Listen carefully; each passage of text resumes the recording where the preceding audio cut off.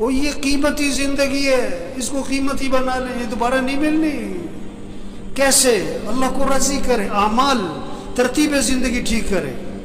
رات کو جلدی سونا ہے، صبح کو جلدی اٹھنا ہے، نماز پڑھو، قرآن پڑھو۔ اشراق سے پہلے جو سو جاتے ہیں نا، یا جو اٹھتے ہی نہیں ہیں، یہ جو فجر پڑھتے ہی سو جاتے ہیں، یہ برکتوں سے محروم ہوتے ہیں۔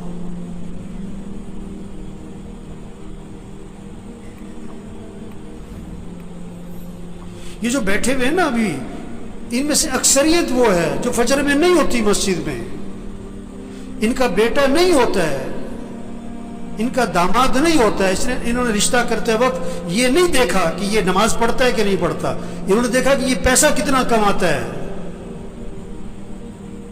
یہ بیٹی کا رشتہ تلاش کر رہے ہیں کہ کس کو پیسہ کون زیادہ کماتا ہے، یہ نہیں دیکھ رہے تقوی والا کون ہے، ایمان والا کون